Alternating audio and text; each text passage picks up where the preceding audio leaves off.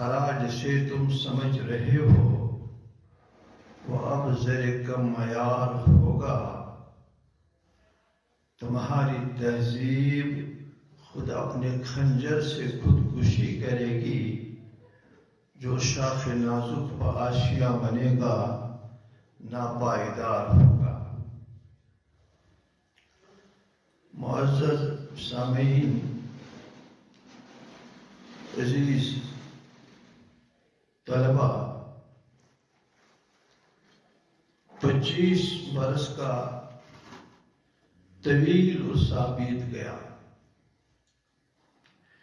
ٹھٹھرتی سردی کے دن تھے اور ٹھنڈ اپنے نقطۂ عروج کو چھو رہی تھی. 1996 کا زمانہ تھا جب اس مادر علمی کی زیارت پہلی بار نصیب ہوئی تھی. اصل میں ان اداروں کے ساتھ یہ تعلق ہی کچھ عجیب سا ہے کہ انسان بہت سے عوارض لیے ہوئے بھی ہو، بیماریاں بھی ہوں، تب بھی من چاہتا ہے کہ سینکڑوں ہزاروں میل کی مسافت طے کر کے ایک بار اسے دیکھا ہوں. ایک تمنا تھی، یہ آرزو تھی. آج برائی، لیکن اللہ کی مشیت تھی کہ آتے ہی بستر علالت پہ لوٹ پوٹ ہونے لگا. مشکل سے یہاں اس وقت پہنچا.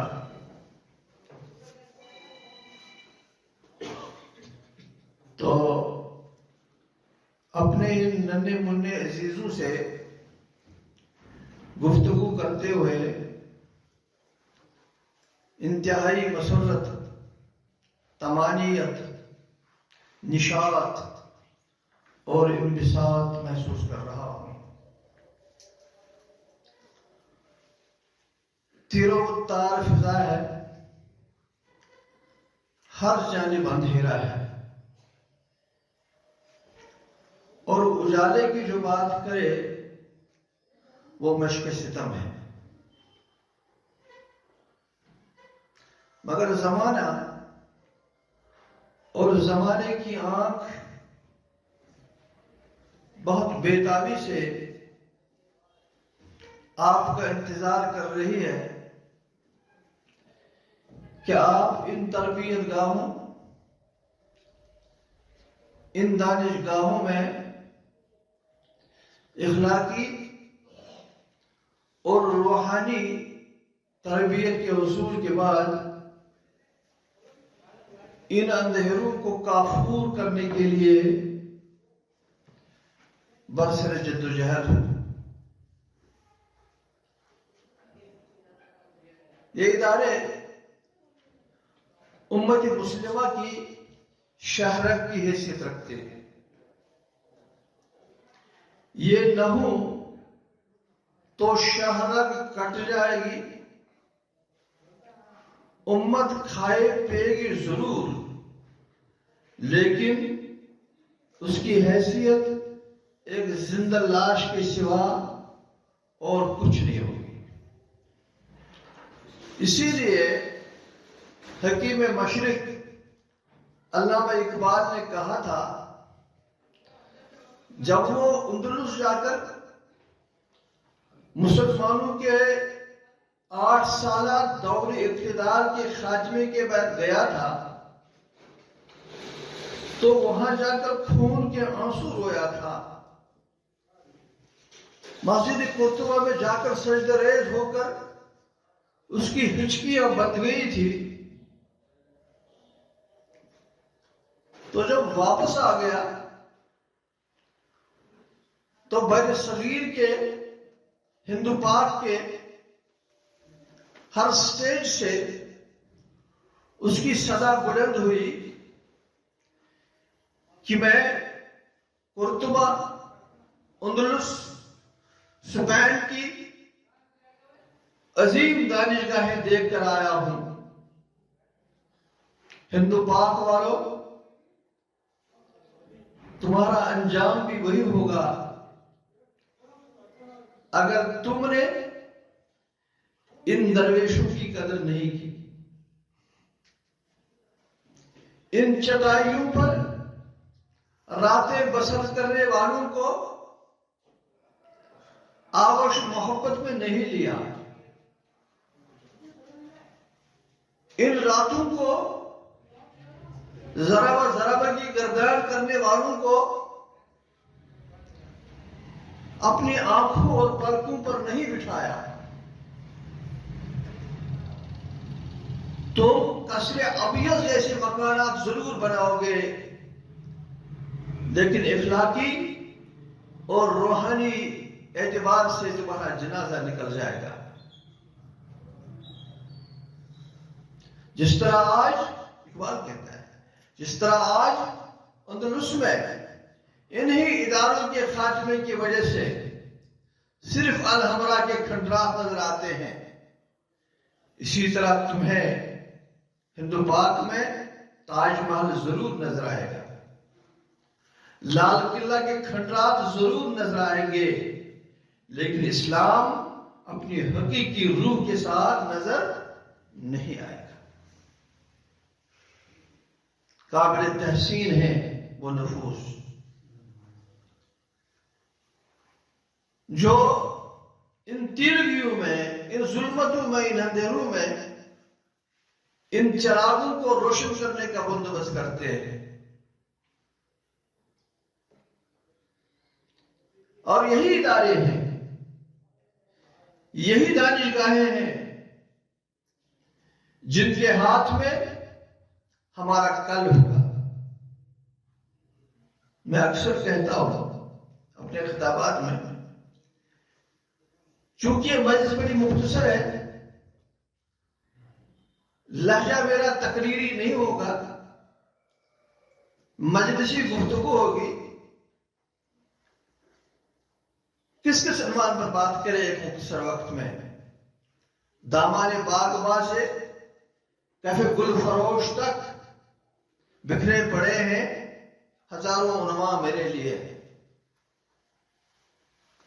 اکثر کہتا ہوں میں اپنے خطابات میں، آج کی اس تیر و تار فضا میں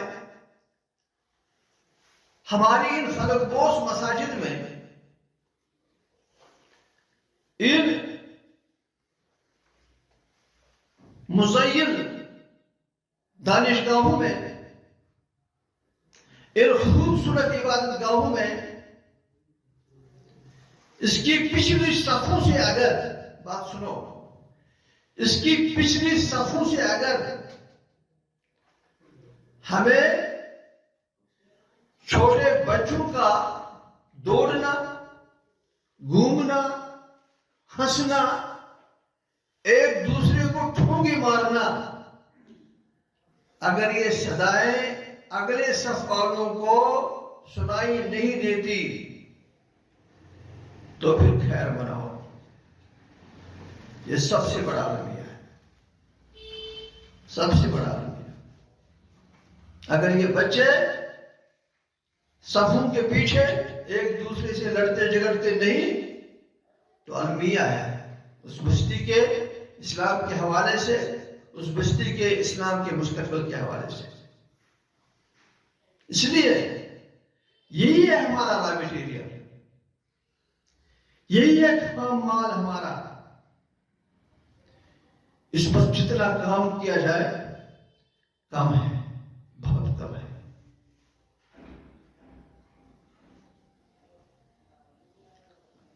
آج جس موضوع پر ہم بات کریں گے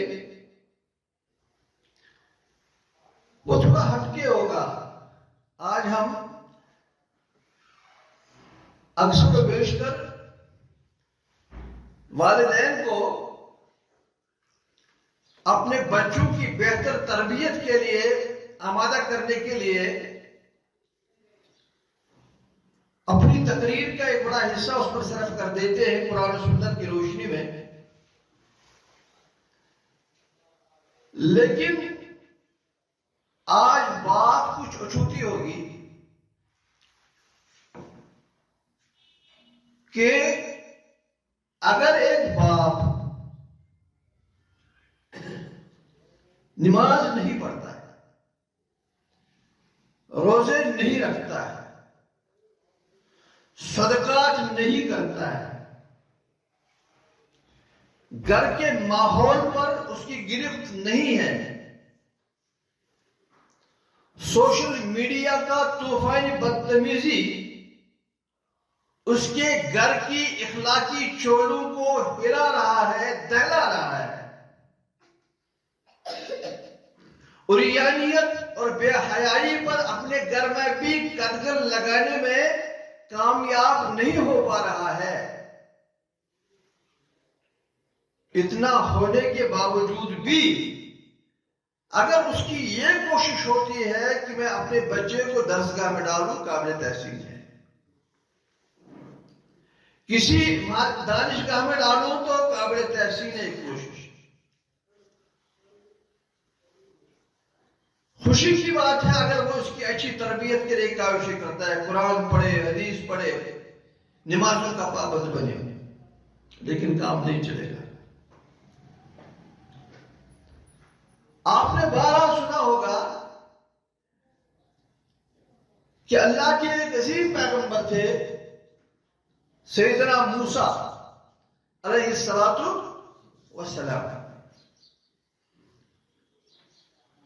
ایک دفعہ اللہ تعالیٰ نے اسے ایک خاص ہستی سے ملنے کا حکم دیا۔ آپ بتا سکتے ہیں نام؟ خضر سے ملنے کا حکم دیا علیہ السلام۔ لمبی وہ گفتگو ہے، میں اس جگہ نہیں جاؤں گا۔ اس سے ملنے کا حکم دیا، کیا ہے؟ وَأَمَّا الْجِدَارُ فَكَانَ لِغُلَامَيْنِ يَتِيمَيْنِ۔ اس کے ساتھ طویل وقت تک چلتے ہوئے 3 واقعات رونما ہوئے۔ ان میں سے ایک اہم واقعہ یہ ہے کہ ایک بستی میں گئے، تھکے ہارے تھے، بھوک نے نڈھال کر دیا تھا، فاقہ بستی کے شکار تھے، تو اس بستی والوں سے کہا کہ ہماری مہمانی کرو، کچھ کھانے کو دو، کچھ پینے کو دو، لیکن ڈھیٹ تھے وہ، خالی ہاتھ لوٹنا پڑا۔ ظاہر ہے ہم جیسے لوگ ہوتے تو مشتعل ہوتے، اور مشتعل ہونا بھی چاہیے۔ پتہ نہیں ہم کیا کیا کہتے، کیا کیا کر گزرتے، لیکن راستے میں خضر علیہ السلام نے اسی گاؤں سے، اسی قریہ سے، اسی علاقے سے نکلتے ہوئے ایک جگہ ایک گری ہوئی دیوار دیکھی۔ کیا آپ نے سنا ہے نا؟ گری ہوئی دیوار دیکھ لی۔ دیکھ لیتے تو چل دیتے، رکے۔ تو موسیٰ سے کہا کہ اس دیوار کو ہم پہلے اس کی پہلی والی بنیادوں پر کھڑا کر دیں گے، استوار کر دیں گے۔ تو ظاہر ہے موسیٰ کا یہ کہنا درست کہ بابا انہوں نے ہمیں کھانا نہیں دیا، پینا نہیں دیا۔ تو اس نے کہا کہ یہ کام مجھے کرنے دو، کر گزرا۔ تو پھر جب یہ سفر اپنے اختتام کو پہنچ گیا اور تینوں واقعات کی تعویل و توجیہ خضر نے پیش کی، اس میں سب سے بڑی توجیہ یہ تھی اس دیوار کے متعلق، اس دیوار کے نیچے ایک خزانہ ہے، سونے کا، چاندی کا، مال کا، دولت کا، روپے کا۔ اندیشہ تھا یہ دیوار گرتے گرتے اتنا نہ گر جائے کہ یہ اہل علاقہ آئے اور اسے لوٹ لے۔ تو اس سے پہلے کہ موسیٰ کہتا ہمیں کیا، وہ کہتے ہیں کشمیری میں موسیٰ کی، انہوں نے ہمارے ساتھ کون سا اچھا سلوک کیا؟ یہ سوال سنے بغیر خضر نے کہا وَأَمَّا الْجِدَارُ فَكَانَ لِغُلَامَيْنِ يَتِيمَيْنِ، یہ جو دیوار ہے یہ دو یتیموں کی ہے، تحتہ کنز، اس کے نیچے خزانہ ہے، کہیں سے نہ لوٹ لے، یہ بالغ ہو جائے تو پھر خود یہ اسے گرا دیں گے اور یہ نکال دیں گے۔ اب اس کے بعد موسیٰ پوچھتے کہ کیوں کیا آپ نے؟ تو اس نے اصل بات مجھے یہ کہنی ہے، تو اس نے کہا وَقَانَ أَبُوهُمَا صَالِحًا، ان کا باپ جو تھا یہ اس وجہ سے میں نے کیا۔ اندازہ کرو، میں آج بچوں سے بات نہیں کروں گا، بچوں کے والدین سے وہ آج اگر یہاں نہیں ہے تو باقی اور ان صوتی آلات کے ذریعے سے سنیں گے، دیکھیں گے۔ یعنی اس وجہ سے میں نے ان کا اشتعال دینے کے باوجود اس دیوار کو ٹھیک کر دیا۔ اس کی وجہ یہ بنی کان ابوہما صالحا، ان کا باپ صالح تھا۔ ثابت کیا ہوگا؟ ثابت یہ ہوگا کہ پہلے باپ صالح ہو، پہلے باپ صالح ہو۔ باپ رونا روئے بیٹا نہیں مانتا ہے، باپ صرف کو بھی کہے کہ بیٹی ہاتھ سے گئی ہے لیکن خود بھی نماز نہ پڑھے، خود روزہ نہ رکھے، خود عریانیت اور بے حیائی کے سامان گھر میں لا کر رکھ دے، یا 4 بجے 5 بجے اس بچے کو درس کا لے کے جائے، کام نہیں ہوگا جب تک باپ خود صالح نہ ہو۔ اسی لیے حضرت عبداللہ بن مسعود رضی اللہ تعالیٰ عنہ جب رات کی نمازیں پڑھتے تھے نا تو اپنے بچے کو جو سویا ہوتا تھا اسے اپنے سامنے رکھ دیتے تھے،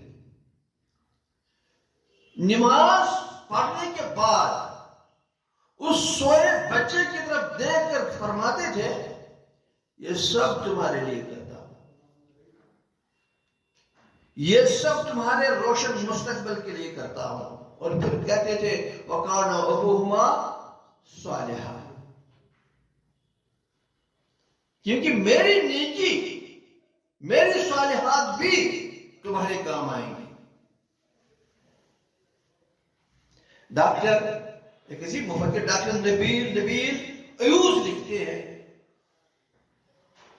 کہ مجھے جب کوئی پریشانی ہوتی ہے، میں کسی ذہنی انتشار کا شکار ہو جاتا ہوں، تو میں ایک دم اپنا جائزہ لیتا ہوں، شاید میرے نوافل میں کمی ہے، شاید صدقات میں کمی ہے، شاید غریبوں کی امداد کرنے میں کمی ہے،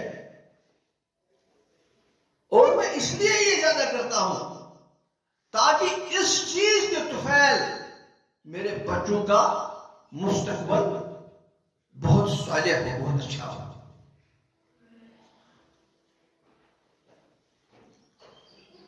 تو اس روشنی میں ہمیں یہ دیکھنا ہوگا کہ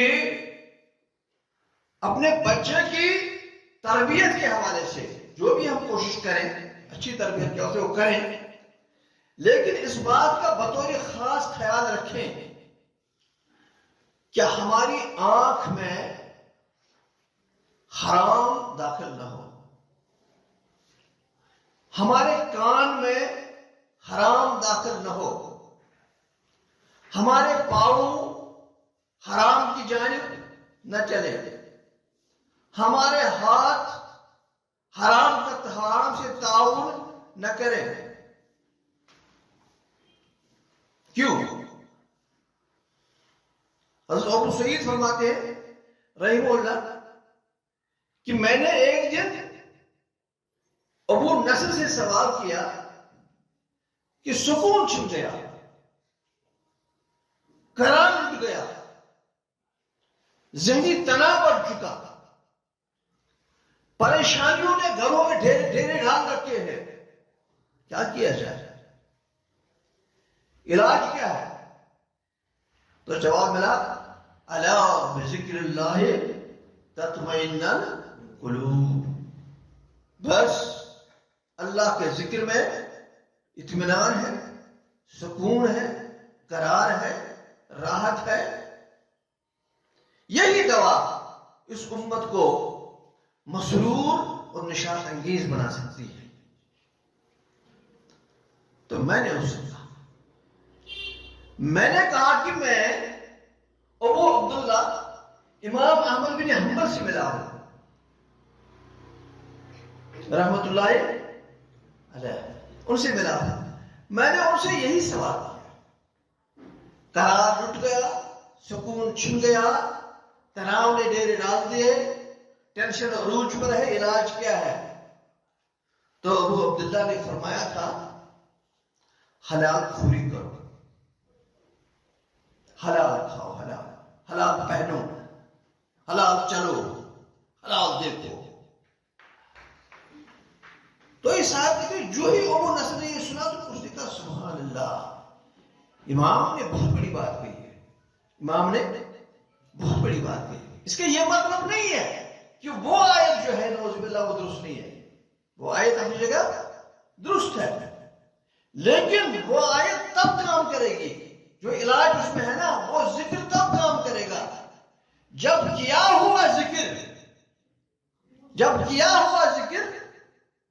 اس وقت کیا جائے جب حلال کھا چکے ہو، حلال پہنا ہو، حلال دیکھا ہو۔ دو تین آدمیوں سے کہا، سب نے کہا الا بذکر اللہ تطمئن القلوب۔ تو ہر ایک سے کہتا تھا مجھے امام احمد بن حنبل نے ایسا کہا، تو وہ کہتے تھے امام نے درست بات کہی۔ اس لیے اس زمانے میں سب سے زیادہ ضرورت اس بات کی ہے، ہماری دعائیں قبول کیوں نہیں ہوتی؟ سب سے ضرورت یہ ہے، اس بات کی ہے کہ ہم اپنی آنکھوں کو بچائیں۔ یہ باہر آگ چل رہی ہے، کیا نہیں ہو رہا باہر؟ ہمارے بچے 10-11 بجے گھروں میں داخل ہو جاتے ہیں، یہ آگ کا آلہ لے کر، کچھ کھایا پیا، کنڈی لگا کر اندر بیٹھ گئے۔ یہی ہے نا سوچا، ماں سوچ رہی ہے، باپ سوچ رہا ہے، ننھا پڑھ رہا ہے، آنکھیں متورم ہیں، صبح 12 بجے اٹھتا ہے، رات 2 بجے تک سوتا نہیں ہے، کسی کی توجہ نہیں جاتی۔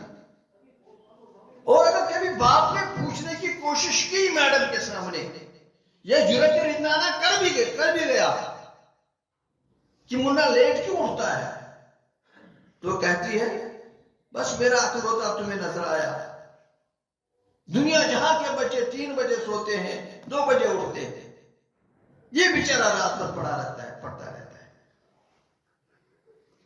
باپ سمجھتا ہے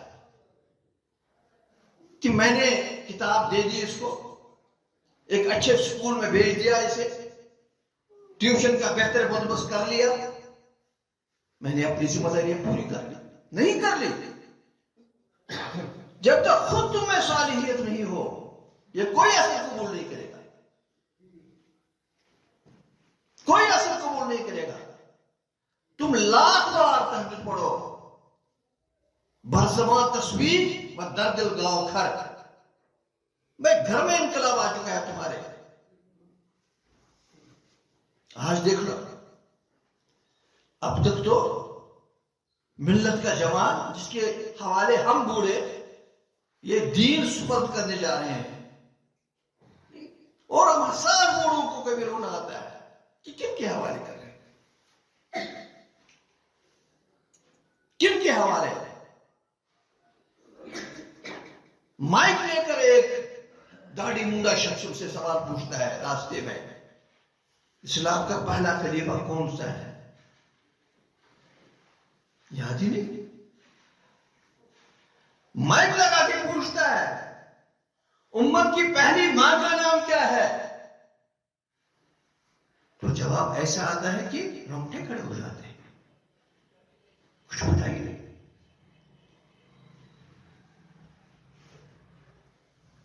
طفل میں بو آئے کیا؟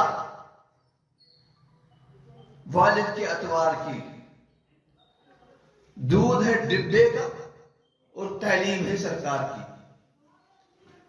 لیکن یہ شعر آج کام نہیں کرے گا۔ طفل میں بو آئے کیا والد کے اتوار کی، والد کے ہی اتوار غلط ہے، والد کے ہی اتوار غلط ہے، اس لیے والد کو سمجھنا ہے۔ حلال کی میں بات کر رہا تھا، اس حوالے سے گھنٹوں بولا جا سکتا ہے۔ حلال کی میں بات کر رہا تھا، ایک مختصر تمثیل سے ہم سمجھانے کی کوشش کروں گا کہ جب ہم کوئی گرم چیز ہاتھ میں لیتے ہیں کھانے کے لیے تو ہم ہاتھ ایک دم جھپک دیتے ہیں، کیوں؟ ہاتھ کہتا ہے میں جل جاؤں گا، دماغ سے اسے میسج آ جاتی ہے نا، دماغ سے میں جل جاؤ گے، جھٹک دو، جو بھی ہے کتنا بھی قیمتی غذا کیوں نہیں ہے، جھٹک دو، جھٹکتا ہے۔ ہاتھ کہتا ہے مت اٹھاؤ بھی جب تک یہ سر نہیں ہوگا۔ پھر یہی کھانے کی چیز جب ہم منہ میں رکھتے ہیں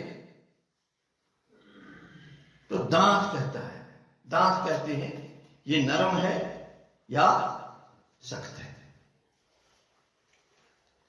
پھر یہی کھانا جب زبان پر آتا ہے تو زبان کہتی ہے یہ تلخ ہے یا شیرین ہے۔ پھر یہی کھانا جب ہم چباتے ہیں یا ہاتھ میں لیتے ہیں تو ناک کہتی ہے یہ تازہ ہے یا باسی ہے، کہتے ہیں۔ لیکن کیا ہاتھ، کیا ناک،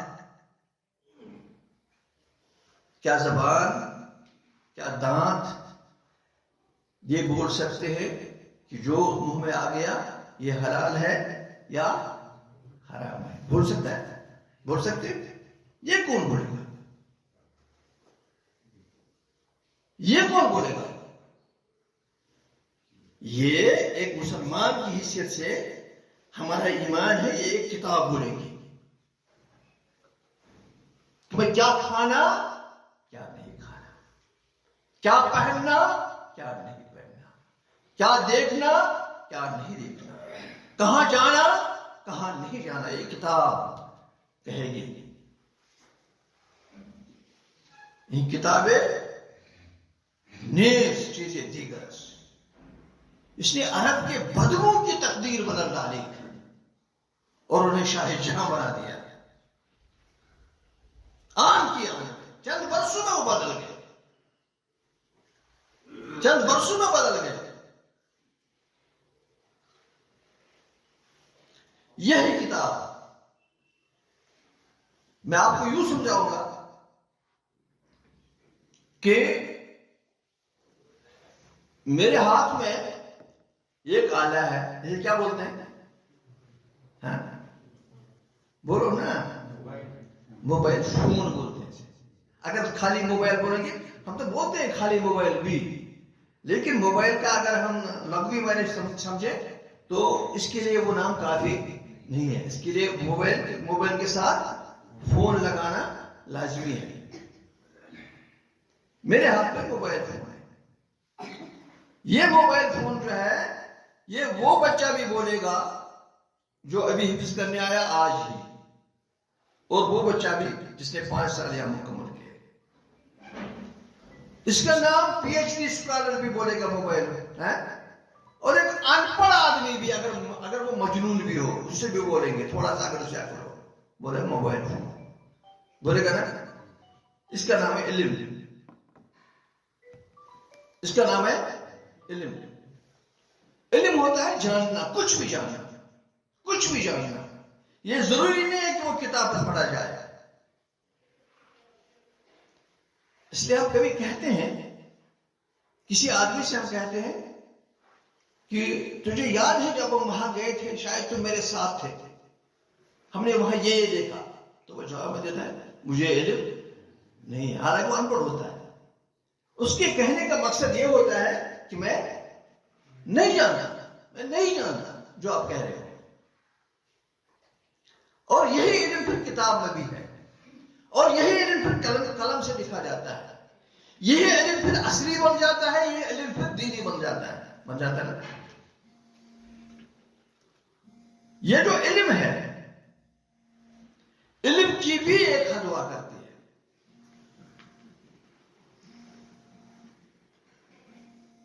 اور عقل کا اپنا مقام ہے, عقل کا اپنا مقام ہے. یہ جو عقل ہے, عقل کے بارے میں یہ کہوں گا کہ عقل کی بھی اپنی سرحدیں ہیں. یہ کہیں رکتی ہے, اسے روکنا ہوگا کہیں. یہ کسی کو بھی مرزائی بنا دیتی ہے, کسی کو ایتھیسٹ بنا دیتی ہے, کسی کو دہری بنا دیتی ہے, کسی کو بے حیا بے شرم بنا دیتی ہے, اور تعبیر کرتی ہے, جسٹیفائی کرتی ہے, غلط چیزوں کو جسٹیفائی کرتی ہے, جواز دیتی ہے. عقل عیار ہے, سب بیس بدل دیتی ہے. اس کی ایک سرحد ہے, اور اس عقل کے ترازو پر اتنا ہی بوجھ ڈالو جتنا بوجھ یہ سہ سکے. کسی نے آپ میں سے سنار کا ترازو دیکھا ہے؟ سنار کا دیکھا ہے؟ کتنا بڑا ہوتا ہے؟ پاؤ پر, پاؤ 1.5 پاؤ یا آدھا کلو ہوگا. کتنی نزاکت ہوتی ہے اس کی, کتنی خوبصورت ہوتی ہے وہ. اس میں ماپنے تولنے کا بھی ایک مخصوص وزن ہوتا ہے. اگر ہم اس سنار کے ترازو میں وزن مطلوب سے زیادہ ڈالیں گے, وزن مقرر سے زیادہ ڈالیں گے, تو ترازو کا کیا حال ہوگا؟ ترازو ٹوٹے گا. ترازو ٹوٹے گا نا. ابن خلدون اپنے مقدمے میں لکھتا ہے کہ عقل کی حیثیت یہی ہے کہ اسے ایک محدود دائرے میں رکھو, اور تم ایک ہی صورت میں سے محدود دائرے میں رکھ سکتے ہو اور ایک حد قائم کر سکتے ہو جب تم اسے وحی ربانی کی ماتحت رکھو, جہاں چون چرا کی کوئی گنجائش نہیں. اتنا چھوٹا سا دماغ اور باتیں اتنی بڑی کہ کبھی اس کی باتیں پھر قرآن سے ٹکراتی ہیں. علم اپنی جگہ, عقل اپنی جگہ, مگر ہم نے اپنے علم اور اپنی عقل دونوں کو کس کے ماتحت رکھنا ہے؟ وحی کے ماتحت رکھنا ہے, قرآن کے ماتحت رکھنا ہے. یہ کہنا ہی نہیں یہ کیسے ہوا, یہ کیوں ہوا, اور وہی کام کرنے کے لیے یہ ہماری یہ نئی نسل ان مدارس میں آتی ہے اور تربیت پاتی ہے.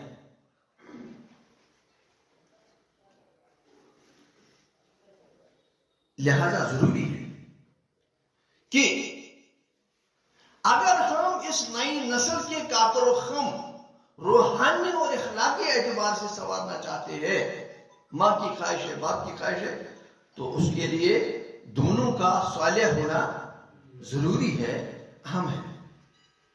ماں کی گود اس کی بہترین درسگاہ ہے. یہاں پڑھ کے جائے گا, حیا، شرم، موبائل کے نقصانات، چرس، بنگ، افیون، ہیروئن کے نقصانات، گھر میں جائے گا وہاں اس کے الٹ ہوگا، اور ہر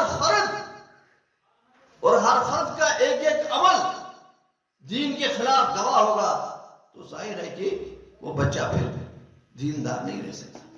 ایک آدمی پھر انہیں اپنے قابو میں نہیں کر سکتا، بہت سارے آدمی اسے اپنے قابو میں کر سکتے ہیں۔ اس لیے یہ حلال حرام کی تمیز بھی رکھنی لازمی، باپ کی صالحیت بھی لازمی، اور ان بچوں کے لیے دعائیں کرنا والدین کی جانب سے یہ بھی لازمی۔ استغفار کو، اس کے ساتھ ہی میں اپنی بات کو اختتام تک پہنچا دوں گا۔ استغفار اگر ماں کرتی ہے بیٹے کے لیے، باپ کرتا ہے، ہزاروں پیر، ہزاروں صالحین اس ان پڑھ ماں کی دعاؤں کے سامنے ہیج، ان پڑھ ماں کے سامنے، جو وہ کروٹیں بدلتے ہوئے بھی کرتے، جو وہ فاقے رہ کر کرتی ہے۔ یہ ماں جو ہے یہ پیکر شفقت ہے، یہ مجسمہ راحت ہے، یہ مرکز تمانیت ہے۔ جیسی بھی ہو دعا گو رہتی ہے، استغفار کرتی رہتی ہے، کیونکہ استغفار سے، قرآن کی سورہ نوح پڑھو، استغفار سے اولاد دیے جاتے ہیں، استغفار سے بارش برسائی جاتی ہے، استغفار سے مال اور دولت عطا کی جاتی ہے۔ اسی لیے ابو عبداللہ امام احمد بن حنبل رحمت اللہ علیہ، جن کی صالحیت، علم کی ایک دنیا مختلف ہے، ایک دفعہ عراق گئے، دمشق گئے، دمشق پہنچے، اتفاق سے جس علاقے میں رکے وہاں کوئی شناسا نہیں تھا، کوئی جانتا نہیں تھا انہیں۔ ظاہر ہے اگر ہم بھی کسی بستی میں جائے جہاں ہمیں کوئی نہ جانتا ہو تو ہم سیدھے روح کہاں کیا کرتے ہیں؟ ہاں، مسجد پہ گئے، بیٹھ گئے، عشاء کے بعد بیٹھ گئے، گھنٹہ بھر ہو گیا تو آ گیا چوکی دار، اور کیا کرتے ہو؟ اسے پتا بیچارے کو نہیں کہ میں کس سے ہوں، کس سے بات کر رہا۔ اس نے کہا، آپ نے کہا مسافر ہوں، کوئی شناسا نہیں، کوئی رشتہ دار نہیں، کوئی دوست نہیں۔ اس نے کہا نہیں، منتظمین کا حکم ہے مسجد کو تالا لگانا ہے۔ ادھر سے وہ نہیں مانتا، ادھر سے یہ نہیں مانتا، تو ایسا ہوا کہ اس نے نکال کے رکھ دیا امام احمد بن حنبل کو۔ تو مسجد کے بعد جو دہلیز تھی اسی پر وہ ٹوٹی پھوٹی چٹائی تھی، اسے ڈالی اور اسی پر سویا، تب تک وہ کھڑکیاں وڑکیاں بند کر لے گیا تھا، یعنی مسجد کے دروازے بند ہو گئے تھے۔ تو جب وہ باہر نکلا تو دہلیز پہ اسے دیکھ لیا سوئے ہوئے، اس نے کہا کھڑے ہو جاؤ، یہاں سے اٹھو۔ احمد بن حنبل نہیں مان رہے۔ حال یہ ہوا کہ اس نے اپنے ہاتھ دراز کیے اور وقت کے اس عظیم عالم کو گھسیٹ لیا، کیا کرتے امام احمد بن حنبل؟ نہ اپنا تعارف کرتا ہے، نہ کچھ بولتے۔ تو کیا ہوا کہ پھر ایک نان بھائی کی نظر پڑی جو روٹیاں بناتا ہے، اس کی نظر پڑی، وہ آ گئے، وہ بھی نہیں جانتا تھا۔ ایک انسان کی حیثیت سے جذبہ ترحم اس کا کام کر گیا۔ اس نے کہا مہمان ہو، آؤ میرے پاس۔ گئے امام احمد بن حنبل، تنور لگا ہوا ہے، تو تنور پر روٹی لگاتے ہوئے نکالتے ہوئے کہا استغفر اللہ، استغفر اللہ۔ رب انی ظلمت نفسی ظلما کثیرا، استغفار کی دعا ہے. تو امام احمد بن حنبل سو گئے. صبح اٹھے، صبح طلوع کے نزدیک پھر استغفر اللہ کی صدا ہے. تو امام احمد بن حنبل نے اسے پوچھا، بھائی وقت کا امام پوچھا استغفار کرنا تو صحیح، لیکن تمہارا ایک سانس بھی اس کے بغیر نہیں گزرتا. استغفر اللہ استغفر اللہ. تو اس نے کہا تم نہیں جانتے، میرے سارے کام اسی استغفر اللہ سے بن گئے. سارے کام اچھی شریک حیات، صالح، فرمانبردار، نیک، بہت اچھے بچے، تہجد گزار، قرآن پڑھنے والے، میرے فرمانبردار، ایک اچھا مکان جو مہمانوں کے لیے بھی کافی ہے، رزق کی کشائش، بہتری رزق، اور اتنا پیسہ کیوں خرچ کر دیتا ہوں غریبوں پر. بس اتنا کہنے سے استغفر اللہ، استغفار کرنے سے. تو اس نے کہا اب بھی کوئی خواہش ہے؟ بچے بھی ملے ہیں، دولت بھی ملی ہے، مال بھی ملا ہے، اب بھی کوئی خواہش ہے جس کے لیے یہ کرتے ہو؟ کہا ہاں ایک خواہش ہے. کہا کیا؟ کہا کہ ایک دنیا امام احمد بن حنبل کی مالا جپتی ہے، ان کی تعریفیں کرتی ہے، ان کے حوالے سے تقاریر ہوتی ہے، مجالس ہوتی ہے، انہیں دیکھنے کے لیے سنایا عرب و عجم سے لوگ آتے ہیں. آپ کے جو میں استغفار زیادہ کرتا ہوں اس میں میری نیت ہی ہے کاش اللہ مجھے وہ دن دکھائے جب میں امام احمد بن حنبل سے ملاقات کر سکوں. تو امام احمد بن حنبل اٹھے، اشکبار ہوئے، سے بغل گیر ہوئے. کہا روٹی بنانے والے ان پڑھ نانوائی، تجھے پتا نہیں تھی کیا کیا ہے؟ میں نے گھسیٹا اسی لیے اپنے آپ کو اللہ یہاں بھیجا. اتنی مسافت میں نہیں طے کی، اتنی مشکلات میں نہیں برداشت کیے، مسجد سے مجھے نکال دیا گیا اسی لیے کہ تم استغفار کرتے تھے مجھے دیکھنے کے لیے. وہ میں ہوں. اس لیے میری والدین سے یہی گزارش رہے گی خصوصاً کہ وہ خود صالح بنے، صالحیت کا مظاہرہ کرے، اور ان بچوں کے حوالے سے استغفار کرے، ان کے بہتر مستقبل کے حوالے سے استغفار کرے. خالی انہیں ڈانٹنے سے ڈپٹنے سے کچھ نہیں ہوگا جب تک آپ کے دل سے نکلنے والی صدا ان کے حق میں نہیں جاتی. بات جو دل سے نکلتی ہے اثر رکھتی ہے، پر نہیں مگر طاقت پرواز رکھتی ہے. میں دعا کروں گا کہ اس مجلس کو آراستہ کرنے والوں کو، ان اجتماع کو کا انعقاد کرنے والوں کہ اللہ تعالیٰ ہر مراد، ہر اچھی مراد پوری کر لے، اور ان اداروں کو اللہ تعالیٰ ترقی کے باب عروج پر پہنچا دے.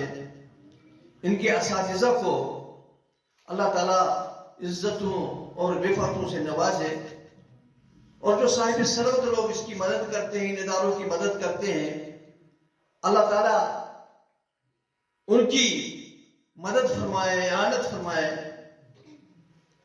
اور آج ہمیں سب سے زیادہ ان اپنے محسنین کو یاد رکھنا چاہیے جو 100 سال پہلے، 80 سال پہلے، 90 سال پہلے اس بات کا ادراک کر چکے تھے کہ یہاں یہ توحید و سنت کا مرکز ہو. اور پھر دوسری جماعت آئی، اس نے کہا کہ یہاں صفا کی مشابہ، صفا کی طرح ایک درسگاہ بھی ہو. یہ بیل جو منڈے چڑھ رہی ہے بیج انہوں نے بویا ہے. اپنے اسلاف کو مت بھولیے اور اللہ سے دعا کیجئے مثل ایوان سحر مرکز فروزہ ان کا ہو، مثل ایوان سحر مرکز فروزہ ان کا ہو، نور سے معمور وہ خاکی شبستان ان کا ہو. آسمان ان کی لہد پر شبنم افشانی کرے، سبزہ نورستہ اس گھر کی نگہبانی کرے. اللہ تعالیٰ ہم سب کی حفاظت فرمائے، اس ادارے کی حفاظت فرمائے اور اس کو چلانے والوں کی حفاظت فرمائے۔ میں جمعیت اہل حدیث جموں کشمیر کی جانب سے آپ